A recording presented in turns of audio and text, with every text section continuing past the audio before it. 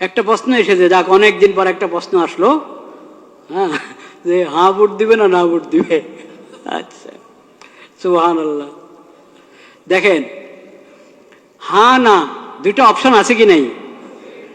Option যখন দুইটা আছে, এখন সবাই তো বলছে, সরকারও চাচ্ছে হাতে ভোট দেওয়া হোক, হাতে ভোট দিলে দেশের ফায়দা হবে, নাতে ভোট দিলে দেশের উন্নতি বাধাগ্রস্ত হবে। সরকারও বলছে হাতে দিলে দেওয়া উচিত, উৎসাহ দিচ্ছে। অনেক দলকে দিয়ে বলানো হচ্ছে, বা অনেক দল নিজেরাও স্বতঃস্ফূর্ত বলছে হাতে ভোট দেওয়া হোক।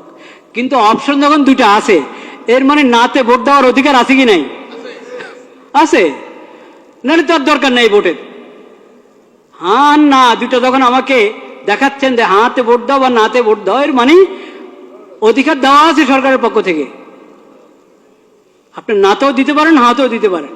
নাতে দিলে এটা অপরাধ হবে না, দণ্ডনীয় অপরাধ হবে নাকি নাতে দিলে? তাহলে আর হ্যাঁ না দুইটার ভোট অপশন রাখলো কেন? আপনি বুঝতে হবে আপনি কি করবেন। বাধ্য হয়ে দিবেন না ভোট, নিজেকে বাধ্য মনে করবেন না যে আমাকে হাতেই দিতে হবে। বাধ্য করে না কেউ আপনাকে, কিন্তু এক ধরনের যন্ত্রণায় ফেলেছে আমাদেরকে। নির্বাচন কমিশন হোক, সরকার হোক, বিদেশিরা হোক, আমাদেরকে এক ধরনের কিসের মধ্যে ফেলেছে? যন্ত্রণায়, পেরেশানিতে ফেলেছে। দেখেন, একটা প্রশ্ন, কথার কথা একটা বোঝার জন্য একটা প্রশ্ন আপনি করলেন, ঢাকা এটা কি বাংলাদেশের রাজধানী না ইন্ডিয়ার রাজধানী? টিক চিহ্ন দিবেন, আপনি হ্যাঁ বা না বলবেন। কি বলবেন? হ্যাঁ, ঠিক আছে। বাংলাদেশ ইন্ডিয়ার রাজধানী, হ্যাঁ বা না, কি বলবেন? না। এখন আপনাকে প্রশ্ন করে, ঢাকা দিল্লি এটা বাংলাদেশের রাজধানী না, কি বলবেন? ঢাকা এবং দিল্লি বাংলাদেশের রাজধানী, দিল্লি এবং ঢাকা ইন্ডিয়ার রাজধানী, কি বলবেন আপনি কোন? তো এখানে যে এরকম করে রেখেছে 5-6টা জিনিস, আপনি হ্যাঁ বললে সবগুলোকে হ্যাঁ বলবেন, না বললে সবগুলোকে কি বলবেন? কেন অপশন নাই কেন? 5 টাকায় আলাদা আলাদা ভোট নেন।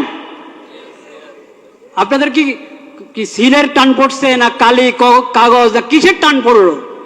6টা জিনিসের উপর একসাথে বললে হ্যাঁ, আর নয় না বললে 6টার উপরে কটা, মোট কটা? 5টা, 8টা। আচ্ছা যাই হোক, যে কটার উপরেই সবগুলোর উপর হ্যাঁ বললে সবগুলোর উপরে হ্যাঁ, না বললে সবগুলোর উপরে কি না। কেন আলাদা আলাদা করে বলেন না কেন? এখন তো মানুষকে মুসিবতে ফেললেন। সে আপনার 4 কথা বা 5 কথা বা যত কথাই আছে, কথার কোনোটার সাথে একমত, কোনোটার সাথে কিনা একমত না। আলাদা আলাদা থাকলে সে আলাদা আলাদা উত্তর দিত, একটা দিত হ্যাঁ, একটা দিত না। এখন আপনি তাকে বাধ্য করলেন, হ্যাঁ বললে সবগুলোর উপরে বলো, না বললে সবগুলোর উপরে বলো। আমি তো সবগুলোর উপরে হ্যাঁ বলতে পারছি না, আমি তো সবগুলোর উপরে নাও বলতে পারছি না। কেন আমাকে বাধ্য করা হলো?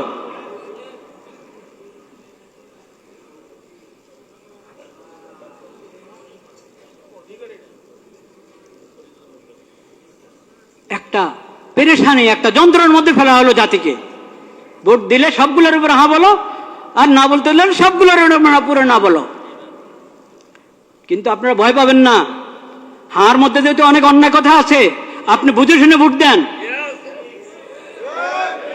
এই কথা কখনো ভাববেন না, এসব প্রতারণাতে আসবেন না যে নাতে ভোট দিলে দেশের উন্নতি রুখে যাবে, দেশের উন্নতি বাধাগ্রস্ত হবে, কখনো না। দেশের কিসমত যদি ভালো হয়, জনগণের কিসমত যদি ভালো হয়, শাসকদের যদি নিয়ত ভালো হয়, তাহলে না ভোট, সবাই নার মধ্যে ভোট দিলেও দেশের উন্নতি চলতে থাকবে ইনশাআল্লাহ। আর যদি নিয়ত ভালো না থাকে, কিসমতও ভালো না, নিয়তও ভালো না, এমন যদি হয়, তো সবাই হাতে ভোট দাও, কাজ হবে না, কাজ হবে না। ভোট একটা আমানত, ভোট একটা আমানত, এটাকে বুঝে শুনে ব্যবহার করেন। এটা অধিকার, এই অধিকার, ভোটের অধিকার একটা আমানত, এই অধিকারকে বুঝে শুনে ব্যবহার করেন। চিন্তা ফিকির করেন, আল্লাহর কাছে দোয়া করেন, আল্লাহ আমি যাতে সঠিক ভোট দিতে পারি সেই তৌফিক আমাকে দান করেন। এটা তামাশার বিষয় না।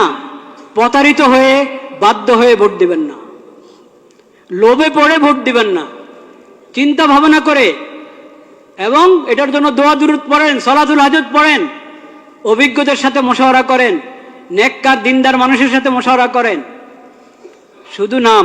শুধু নামের ভিত্তিতে আপনি ভোট দিলে হবে? শুধু মার্কার ভিত্তিতে ভোট দিলে হবে? শুধু মনোগ্রাম দেখে ভোট দিলে হবে?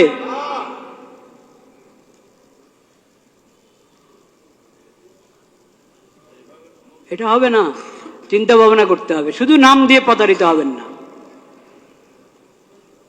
ইসলামের নাম ব্যবহার করা হচ্ছে, অনেক দলে ইসলামের নাম ব্যবহার করেছে। তারপর এখন আপনি বলবেন ইসলাম, যেহেতু ওনারা ইসলামের নাম নিয়ে রাজনীতি করছে, ইসলামের নাম নিয়ে ভোটে দাঁড়িয়েছে, নির্বাচন করছে, তাহলে চোখ বন্ধ করে ওদেরকে ভোট দাও। এই কথা বলার সুযোগ নাই, এই কথা বলার সুযোগ নাই। কারণ ইসলামের নাম ব্যবহার করছি আমি, আমার দলের মধ্যে ইসলামের নাম আছে, কিন্তু ইসলাম আসলে কি আমি ইসলাম বাস্তবায়ন করার জন্য মানুষের প্রতিনিধি হতে যাচ্ছি? ভোট যে মানুষের কাছে চাচ্ছি ইসলামের প্রতিনিধিত্ব করার জন্য সংসদে গিয়ে, সেটা আমি আমার নিয়ত আছে কিনা, বা আমি পারবো কিনা, বা আমি দল হিসাবে ইসলামের সঠিক ব্যাখ্যা গ্রহণ করি কিনা, ও সব কিছু দেখার আছে। একটা ইসলামী দল তার ইশতেহার পড়ে দেখেন, সেকুলার দলের ইশতেহার যেমন হয় ওই দলের ইশতেহারও তেমন। ওই ইশতেহার তো বড় কিছু না, আসলে ইশতেহার তো আসলে বড় কিছু না যে শুধু ইশতেহার দেখেই কাউকে ভোট দেওয়া যায়। কিন্তু তারপরেও এটার কিছু না কিছু মূল্য তো আছে, নাহলে সবাই ইশতেহার ছাপে কেন? তো ইশতেহার, আমি ইসলামের কথা বলি কিন্তু আমার ইশতেহার পুরা একটা সেকুলার দলের ইশতেহার মতো মনে হবে আগাগোড়া পড়লে। তো এই জন্য আমি বলছি শুধু ইসলামের নাম, এই কারণে চোখ বন্ধ করে ভোট দিবেন না। আর দলের মধ্যে ইসলামের নাম নাই, শুধু এই কারণে তাকে বলবেন না যে এর ভোট দেওয়াই যাবে না। এখানে বিবেচনার অনেক কিছু আছে। এটা তো দুঃখের বিষয় যে আমরা, আমাদের কাছে ইসলামী খেলাফত ব্যবস্থা নাই। ইসলামী খেলাফত ব্যবস্থা কায়েম করার জন্য কেউ উঠে দাঁড়াচ্ছে না। এটা তো দুঃখের বিষয়, কষ্টের বিষয়। সেই কষ্ট তো আছে, সেই ব্যথা আছে, সেজন্য আমরা ব্যথিত। কিন্তু এখন যারা যারা এই মানবিক দেশ, নিরাপদ দেশ এবং মানবিক দেশ গড়ার জন্য যাচ্ছে, তারা মানবতা কি দিয়ে করবে, প্রতিষ্ঠা করবে? নিরাপত্তা কি দিয়ে বাস্তবায়ন করবে? মানবিক দেশ কিভাবে? মানবতা, কোন মানবতা? পশ্চিমাদের মানবতা না ইসলামী মানবতা? তো ইসলামের কথা, তো ইসলামী মানবতার কথা আপনি বলছেন না। ইসলামী মানবতার কথা বলছেন না। যে মানবতা ইসলাম এবং কোরআনের মাধ্যমে পাওয়া যায়, নবীজির সিরাতের মাধ্যমে পাওয়া যায়, সেটা তো আপনি বলছেন না। মানবিক বাংলাদেশ, নিরাপদ বাংলাদেশ, এটা যে কোনো সেকুলার দ্বারা বলতে পারে। এই জন্য শুধু মনোগ্রামের মধ্যে কোনো আয়াত লেখা আছে, শুধু মার্কাটা আর আকর্ষণীয়, দলের নামটা আকর্ষণীয়, এই কারণে প্রতারিত হয়ে, প্রভাবিত হয়ে ভোট অধিকার ব্যবহার করবেন না। ভোট অধিকার ব্যবহার করতে হলে আপনাকে অনেক চিন্তা ভাবনা করতে হবে, অনেক দোয়া করতে হবে আল্লাহ দরবারে, আল্লাহ আমাকে সঠিক ফয়সালা করার তৌফিক দান করো। আর বিশেষভাবে আমি আগেও বলেছি এই দোয়া করেন, এবং এখনো বলছি দোয়া করেন। সেই দোয়া হলো, আল্লাহ যার অন্তরে আপনার ভয় নাই, যাদের অন্তরে আপনার ভয় নাই, আখিরাতের হিসাব দেওয়ার চিন্তা নাই, আপনার মাখলুকের প্রতি যাদের অন্তরে দয়া মায়া নাই, আল্লাহ তাদের হাতে দেশের ক্ষমতা দিয়েন না। যাদের অন্তরে আপনার ভয় আছে, আখিরাতে আপনার সামনে দাঁড়ায় হিসাব দিতে হবে, এই ফিকির যাদের মাথায় আছে, এবং আপনার মাখলুকের প্রতি, আল্লাহর বন্দাদের প্রতি যার অন্তরে দয়া মায়া আছে, ইয়া আল্লাহ তাদের হাতে আপনি ক্ষমতা দেন। এই দোয়া করতে কোনো সমস্যা আছে?